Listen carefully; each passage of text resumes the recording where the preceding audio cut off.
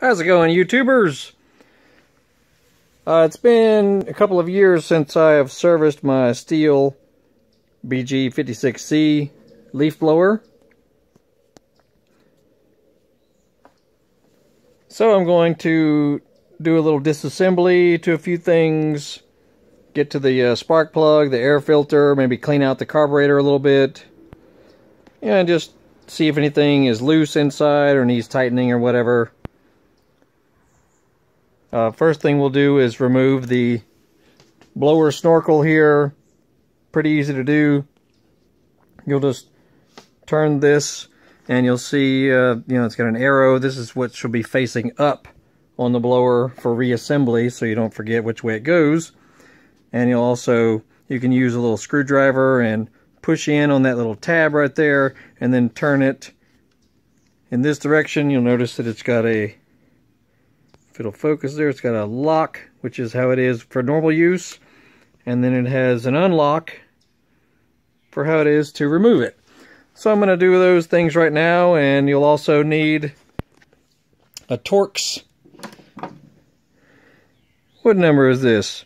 Torx T25 to get to the few bolts that are on it.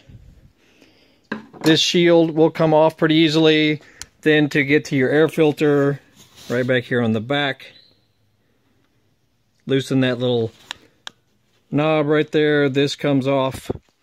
It's all pretty easy to get to, and so I'll do that right now, and then we'll look inside and see what we're working with. To remove this snorkel here, you can just use a pretty large screwdriver and just push down on this plastic tab right here. Push down and then turn to your left, basically, if you're facing this way, of course. Turn it to the unlock position on this little collar. This all slides off, and then just pull back and off. If it hasn't been off in a while, it may need a little persuasion to get that bad boy off, but no big deal. Just make sure that when you're about to reassemble it, that you put the arrow in the up position. Otherwise, if you try to put it on upside down, the word Stihl will be upside down. It won't quite fit properly. So just make sure that the arrow is in the up position. We'll set that to the side, and I like to hold my device with my rubber jaws on my vise here. It just makes it easier so that it's not bumping all over the place and flipping and flopping all over the place. So I'm going to put this in my little vise here with my rubber jaws, and we'll move on. Alright, we've got her mounted in our vise. Just be careful because this is plastic, so make sure you use some rubber jaws on your vise if this is how you want to hold it still. And it just allows you to, rotate the object around so that it's not, just flopping all over the place when you're trying to remove particular parts and things. But just remember, it is plastic, so be careful when you mount this in your vise. Okay, first thing we shall do, remove the air filter right down here.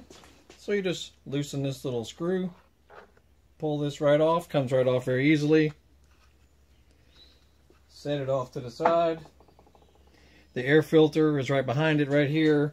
You might have to use, just a little screwdriver, and you'll just pry off. It's just made of foam and fiber, so be careful. And this little cover also, make sure that you notice how it goes on when it's time to install. Okay, I usually set that aside with the hood that just came off of it. But notice this guy right here. If yours is in pretty rough shape, you may have to go and replace it. There's the part number right there. Or you can just clean it as you would with any foam filter. People use all types of methods for cleaning these things. I tend to use a kerosene. Just swish it around in there. And we'll be right back with that. And make sure you put on some nitrile gloves. because regular latex gloves do not do very well when you touch solvents to them. These will just hold up a lot better. Anyway, take your filter. I have a permanent little system here. I clean all kinds of filters, you know, motorcycle, dirt bike filters, lawnmower filters, things like that. And it's just a mixture of kerosene, basically. So just take your filter in there and swish her around a bit. Press out any debris that may be in it. Give it a good, you know, squeeze to get any contaminant or debris.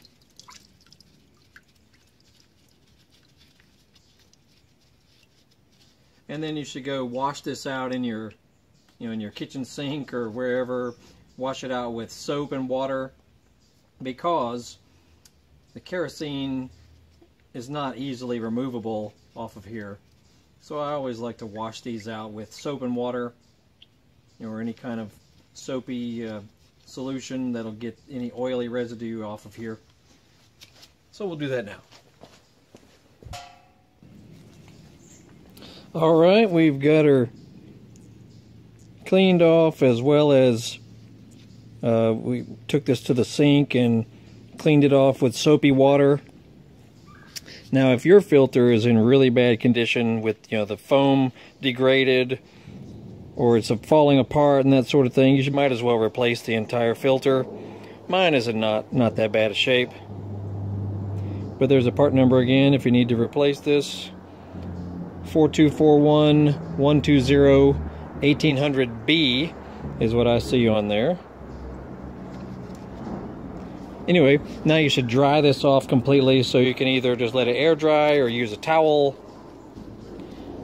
it dry, or maybe use a mild fan or a little heater or something. You want to dry this completely because some of these filters require oiling before you reinsert them. So if yours does, you should not try to oil a damp filter, or a filter that has been you know, cleaned with kerosene or solvents, because the oil will not really stick very well to it, and you know, your new filter, your newly oiled filter, will not work that well. So make sure you dry it off thoroughly, and we'll do that next and move on. Alright, we've cleaned our air filter here. It looks really good. Now, if yours requires oiling after you've dried it and cleaned it and everything, you know, you put your filter oil on there and massage it in really well, and then let that air dry as well, or, you know, warm it up with a little heater or something, and then it'll be ready to go back in. But now we're going to move on to removing the cover, accessing the carburetor, accessing the spark plug, and we're just going to have a look at those things and see how she looks. Alright, we're going to need our T25, this little guy here. T25 to remove these screws. I've already got one mounted on my little drill, so let's pick up the pace and get these off of here.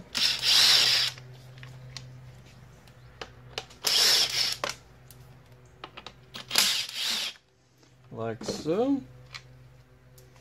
And just pull the hood straight off. No big deal, right? Set her off to the side. Keep your screws, your bolts, you know, handy so that you know where those go. And let's take a look inside everything here. Alrighty, taking a look at the intake here. You know, it depends on how yours looks, but if yours is in rough shape and really filthy, nasty, several years old, you might need to disassemble your carburetor. You might need to remove your carburetor and clean it out. You may have to get it professionally cleaned. It'll just depend on how bad yours is. Mine's not too bad, so I'm just going to spray it with carb cleaner and compressed air. Clean all that out. And we're going to access the spark plug. Here's where the spark plug is located, underneath this little rubber hood, so carefully pull this guy off. And you'll need your spark plug socket, which is your 5/8 socket. Mine's already loosened, so no big deal. Take her off of here and have a look at how clean or nasty your spark plug is. And I can already tell you, as I drop this, I can already tell you that mine is in pretty rough shape because I could tell by how it was running. Of course, this is the original spark plug. You know, it's a couple of years old. Pretty rough condition. I just noticed that it would never really, you know, what I'd call clean out when I'm running it. So I'm going to obviously replace the spark plug, do a little basic carburetor cleaning, blow everything out with compressed air inside there, and it should run like a champion. But yeah, if your spark plug looks kind of nasty like this, in rough condition, that's probably why yours is not running all that great. So we're going to take care of that next. Alright, all I did was take some carburetor cleaner, you know, give it a good spraying around in here. You can spray some inside the intake right here also. You don't have to overdo it. Just, you know, give it a little spray and then get your compressed air gun. Blow it all out in here. You know, just want to clean everything out thoroughly. Everything looks pretty darn good now. Now, as far as your adjustments here, I don't have that info on hand, but I'm sure if you just Google proper screw adjustments for your idle mixture and your pilot mixture and that sort of thing. I mean, if yours was running fine, you shouldn't have to adjust these things. But if yours is running, you know, pretty poorly or is trouble cranking, you might have to set these screws back to their factory settings. I'm sure you can Google that, no problem. Also, you can look inside the spark plug hole here. Look inside the spark plug hole, and you know, a little bit of buildup is normal, of course, but if the head of your piston is completely black, nasty, you might have to move on to a new trimmer or new blower or whatever your vehicle is. I mean, sure, you could have it rebuilt. Probably not that big a deal either to rebuild this, but it depends on your mechanical ability, of course. But I'm looking down in there. It's not bad at all, actually. Not bad. So, if yours looks good, you can move on. Reinstall your, your new air filter over here. Your new spark plug. Make sure that you've gapped it properly per the manufacturer's specifications. Put you some fresh fuel. You may even need a new fuel filter that's inside your gas tank. That's right back in there, I believe. Mine is fairly recent, so I'm not going to do that to mine. And honestly, that should be about it. You know, if yours still doesn't run right, you've probably got more serious issues. But this is just a good annual or semi-annual little service to do to most of these little two-stroke blowers and trimmers and hedgers and whatnot. You know, this is just a pretty basic little service to keep yours running properly and keep it cranking nicely and all that. So I'm going to put her all back together and fire it up and see how she does. Alright, I had to go out and about and find the correct spark plug for this model. Turns out it's available, but the original Bosch R10, it's called a Bosch R10 spark plug. I went to 3 different stores, none of them had it. However, they have the equivalent, which is a Champion RZ7C. RZ7C. Same thread pitch, same depth. And look at this spark plug. Wondering how this blower was even running, because it is really crusty and almost zero gap right there. You wonder how the thing ran, when it actually ran pretty darn well. But the recommended gap is 0.020 inches or 0.5 millimeter.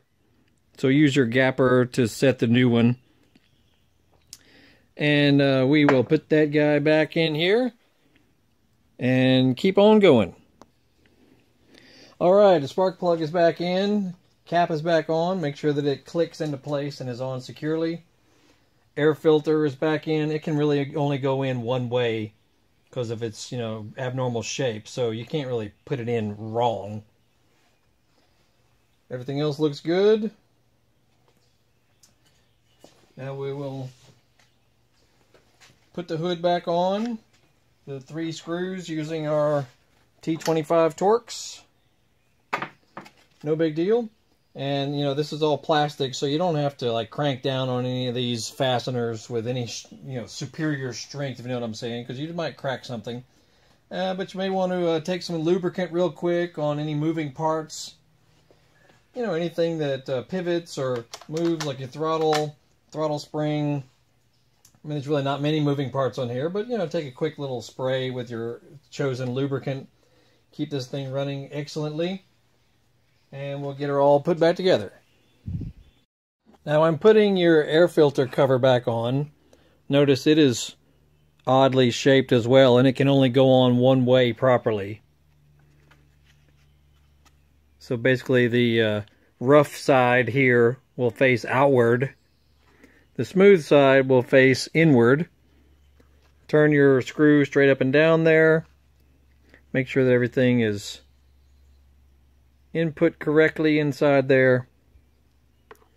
Gently, you know, you may have to wiggle a little bit to put it in place, but gently, and then screw down the knob. You know, it's only a half a turn. Make sure that it's not loose, make sure it can't come off. And the airbox lid is back on. Next we'll put on the main cover, which is only 3 screws.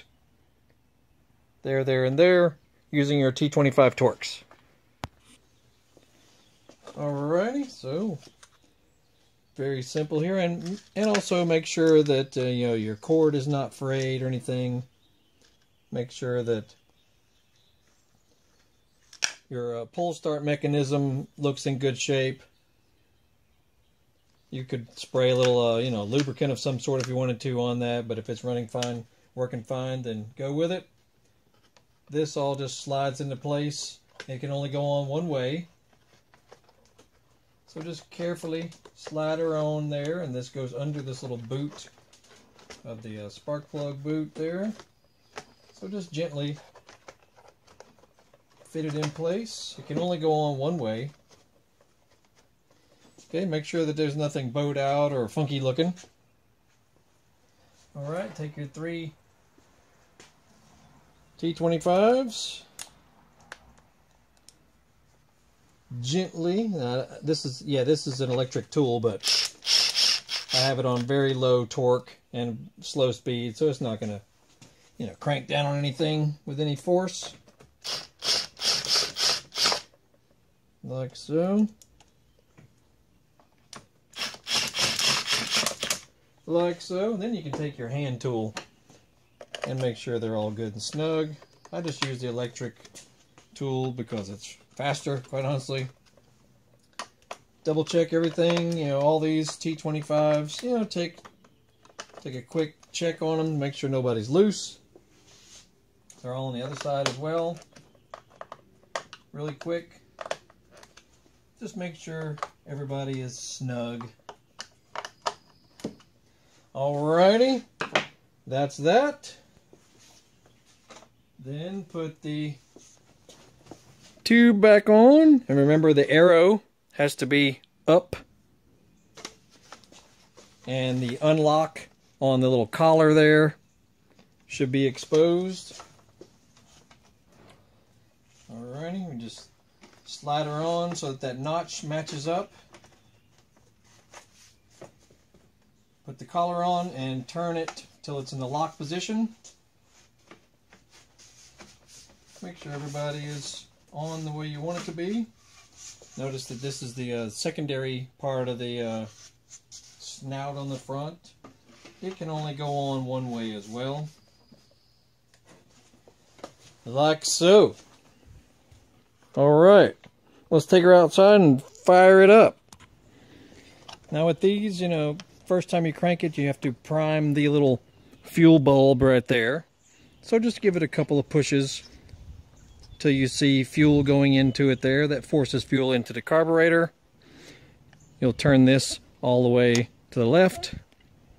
No throttle, of course, because if you touch the throttle, it disables the choke automatically. So, all the way left. Now I've got the little carburetor settings all the way to extreme right now as per the service manual, because I'm actually going to set these screws correctly per the service manual. So we have to warm it up first, and then we'll make a few little tweaks to it to make sure it's running nicely. So we'll do that next. Alright, now if you've done everything correctly as far as reassembly and gapping the spark plug and cleaning your air filter properly and reassembling everything, she really should fire right up. You know, you turn this to the far left, to the choke position basically. No throttle whatsoever. It's an automatic kill switch, so there's really nothing to push on or off. It stays on until it's time to shut the engine off anyway. And to make carburetor adjustments, you should warm up the engine before trying to make any adjustments. So I've got them set to extreme per the service manual right now, and we'll fire it up and warm it up for just a couple minutes.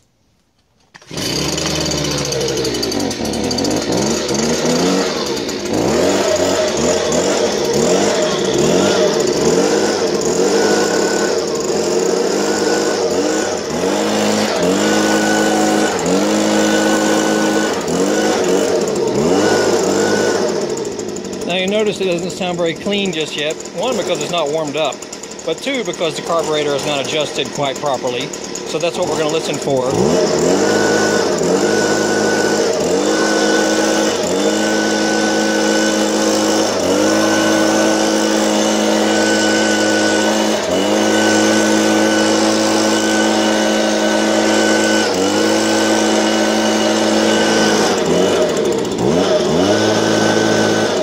Stays like that, where it doesn't sound good and clean on the top end, that means your carburetor is not quite adjusted properly. That is, if everything else checks out, you know, as far as the carburetor being clean and good spark plug and good gapping and all that. But if this doesn't sound clean on wide open throttle, like that one does not, we just need to make a little quick carburetor adjustment. So we'll come back and do that. Alright, so you'll notice the little carburetor adjuster screws. Now this one is for the main idle right here, but this is for the low, low speed circuit, I guess you could say, and this is for the high speed circuit or wide open throttle. And if yours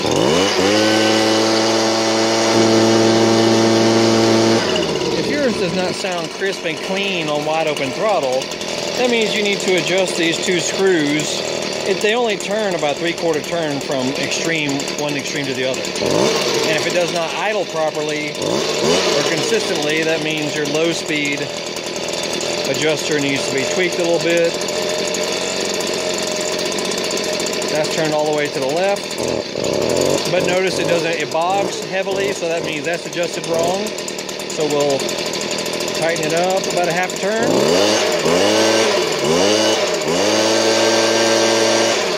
Okay. Same with the high speed adjuster. If it is incorrect, it won't sound good and clean on wide open throttle. That's not bad, but adjust it as needed, and she should be good to go.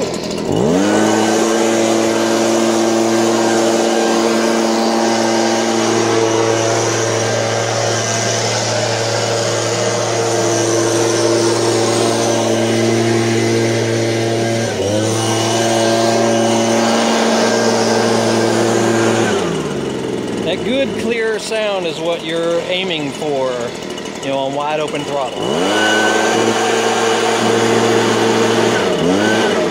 That one right there. So if yours does not sound like that, that either means you need a good tune-up or you need, you know, to make some adjustments to your carburetor. Anyway, this is the Stihl BG56C leaf blower. Little tune-up action. Make sure you check out our other videos. We're always doing stuff on here. And y'all have a great day.